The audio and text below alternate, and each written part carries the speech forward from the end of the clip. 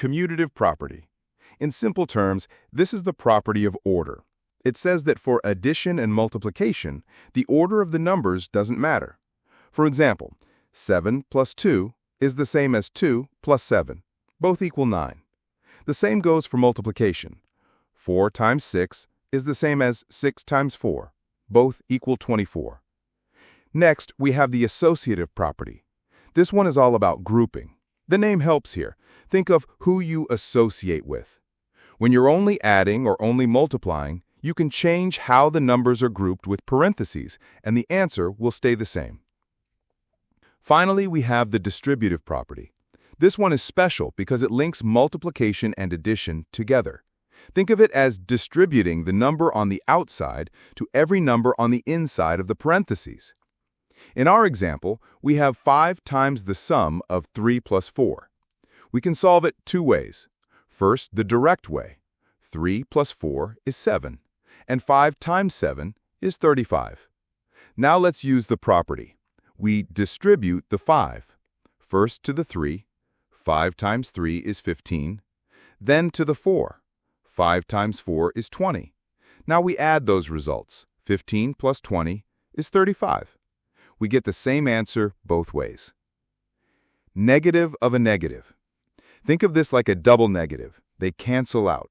A negative of a negative number becomes its positive counterpart. So, as you can see, a negative negative 9 is simply positive 9. Next, let's look at addition. There are two cases. First, if you're adding two negatives, when the signs are the same, you're just getting more negative. Just add the numbers together and keep the negative sign. So, negative 7 plus negative 3 gives us negative 10. Second, when the signs are different, think of it like a battle. You find the difference between the numbers, and the bigger number's sign wins. For 12 plus negative 5, the difference is 7. And since 12 is bigger, the answer is positive 7. For 4 plus negative 10, the difference is 6. And since 10 is bigger, the answer is negative 6. Now for subtraction. And here is the most important trick. Subtraction is just adding the opposite. If you remember this one thing, you've got it.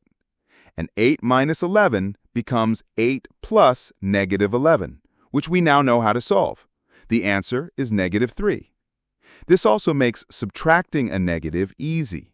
In 5 minus negative 4, the opposite of negative 4 is positive 4. So the problem becomes 5 plus positive 4, which equals 9.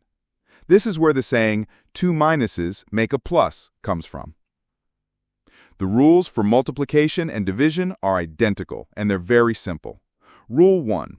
If the signs are different, one positive, one negative, the answer is always negative. So negative 6 times 3 is negative 18. Rule 2. If the signs are the same, in this case both negative, the answer is always positive. So negative 8 times negative 5 is positive 40. Same signs are positive, different signs are negative. That's it.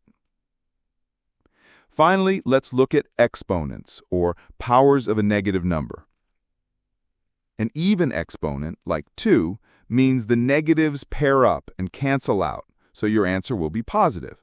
For example, negative 3 squared is positive 9. An odd exponent, like 3, means there will always be one negative left over, so the answer will be negative. Negative 3 cubed is negative 27. And notice how important the parentheses are. They make a huge difference. Multiplication. The rule is simple. Multiply the top numbers, called numerators, and then multiply the bottom numbers, called denominators. Look at our example. 2/3 times 4/5. We just do 2 times 4, which is 8 on top, and 3 times 5, which is 15 on the bottom. Our answer is 8/15. Next up is division. For this we use a simple trick called keep, change, flip. Here's how it works with our example, 1/2 divided by 3/4. You keep the first fraction, 1/2, you change the division sign to multiplication, and you flip the second fraction to its reciprocal, 4/3. Now it's just a multiplication problem. 1/2 times 4/3.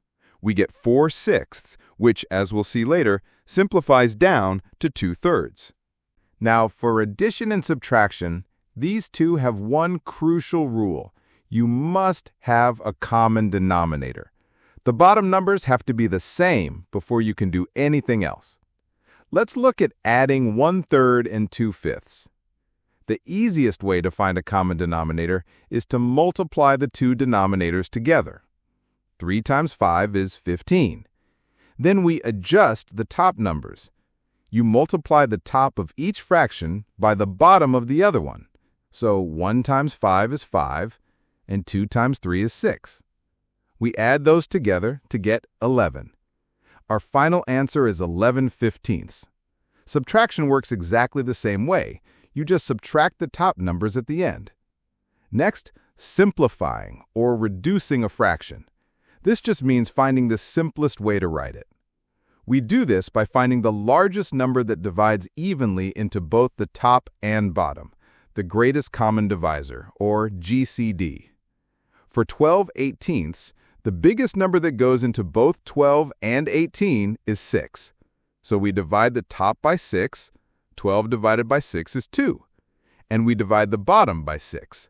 18 divided by 6 is 3. So 12/18 simplifies to 2/3. This brings us to fraction equivalence. How do we know if two fractions are actually the same? The test is simple. Cross-multiply. Are 2/3 and 4/6 equivalent? Let's check. Multiply the top of the first by the bottom of the second. 2 times 6 is 12. Then multiply the other two. 3 times 4 is also 12. Since they're both 12, the fractions are equal. Finally, let's talk about the reciprocal. This is just a fancy word for flipping a fraction upside down. The reciprocal of 5/8 is simply 8/5. The useful thing about reciprocals is that when you multiply any fraction by its reciprocal, the answer is always 1.